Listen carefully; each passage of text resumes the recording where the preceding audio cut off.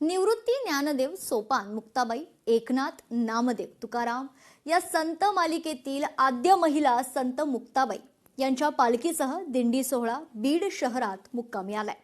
सर्व संतांची भगिनी आणि चांगदेवाची गुरु असलेल्या मुक्ताईच्या पालखीची गेल्या 300 वर्षांची अखंड परंपरा आहे। ही पालखी वारकरी संप्रदायात स्त्री संतांच्या नेतृत्वाचं दर्शन घडवणारी असून या पालखी सोहळ्यात हजारो महिला भाविक सहभागी झालेत। बीड शहरात आगमन होताच मुक्ताईच्या पालखीचं मोठ्या थाटामाटात स्वागत करण्यात आलंय।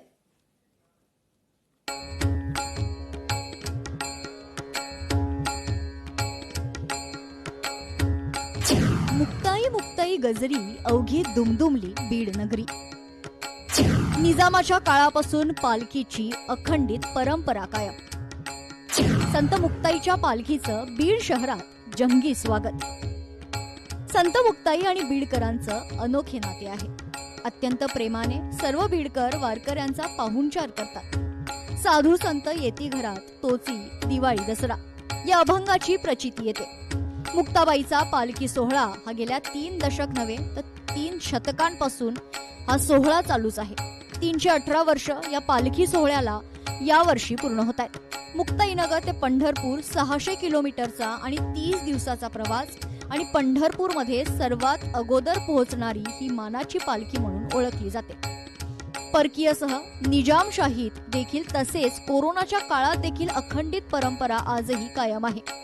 15 दिवसांचा प्रवास पूर्ण करून आज बीड शहरात ही पालखी दाखल झाली। खानदेश आणि विदर्भाचा प्रवास संपवून मराठवाड्यात आता मुक्ताईच्या पालखीनं प्रवेश केलाय।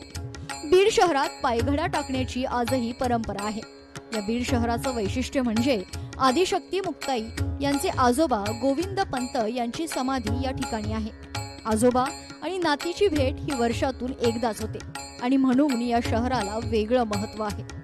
विठ्ठलाच्या चरणी हेच मागणं आहे की या महाराष्ट्रातला शेतकरी सुखी आणि समाधानी ठेव आणि चांगला पाऊस पडू दे, शेतकऱ्याच्या मालाला योग्य भाव मिळो, हीच विठ्ठलाच्या चरणी प्रार्थना आहे। शेतकरी संपन्न तर संपूर्ण देश संपन्न। वारी आणि वारकरी ही परंपरा जास्त शेतकऱ्यांनी सांभाळली आहे। शेतकरी वारकरी समाधानी होऊ दे, त्या शेतकऱ्याच्या पिकाला चांगला भाव मिळू दे। शेतकरी संपन्न तर हा देश संपन्न।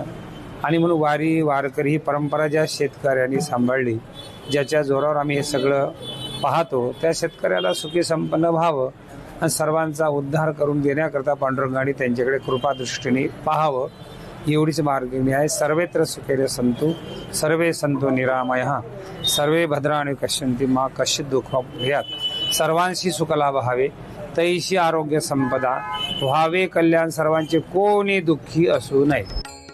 हा सोहळा सुवर्ण अक्षरात लिहावा असा साजरा होतो। अनेक सत्ता आल्या आणि गेल्या, म्हणजेच नामफलक बदलले। या बीडचं नाव पूर्वीचं बिल्यम होतं। बिलदिन झालं, बिजल झालं, भीर झालं, चंपावती झालं आणि आता बीड आहे। या मार्गाचं असं नामकरण झालंय। श्री संत ज्ञानोबा रायाला उपदेश करणाऱ्या मुक्ताईच आहेत।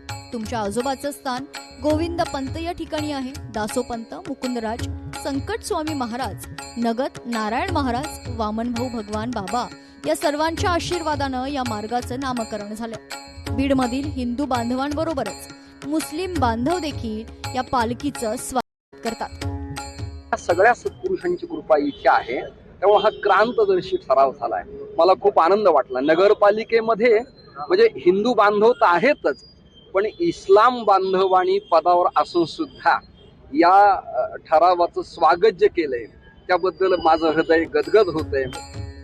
संत मुक्ताईची पालखी ही बीड शहरामध्ये दाखल झाली आणि या पालखीचा 2 दिवस मुक्काम बीड शहरात असतो, कारण या ठिकाणी संत मुक्ताईचे आजोबा गोविंद पंत कुलकर्णी यांची समाधी आहे आणि या ठिकाणी गोविंद पंत कुलकर्णी आणि नात मुक्ताई यांची भेट या ठिकाणी होत असते। ही परंपरा 318 वर्षांपासूनची आजही कायम आहे।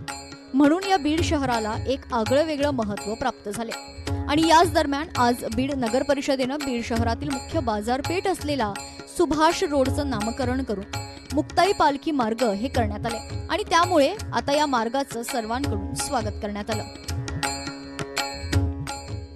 जवळपास 750 किलोमीटरचा हा प्रवास तब्बल 29 दिवसाचा हा प्रवास या ठिकाणी पार पडणार आहे आणि बीड मध्ये तब्बल 1 नव्हे 2 नव्हे तर तब्बल 2 दिवस या ठिकाणी पालखी बीड शहरामध्ये मुक्कामी असते आणि याच अनुषंगानं आता मोठ्या उत्साहानं भाविक या ठिकाणी पालखीचं दर्शन घेताना या ठिकाणी पाहायला मिळतात.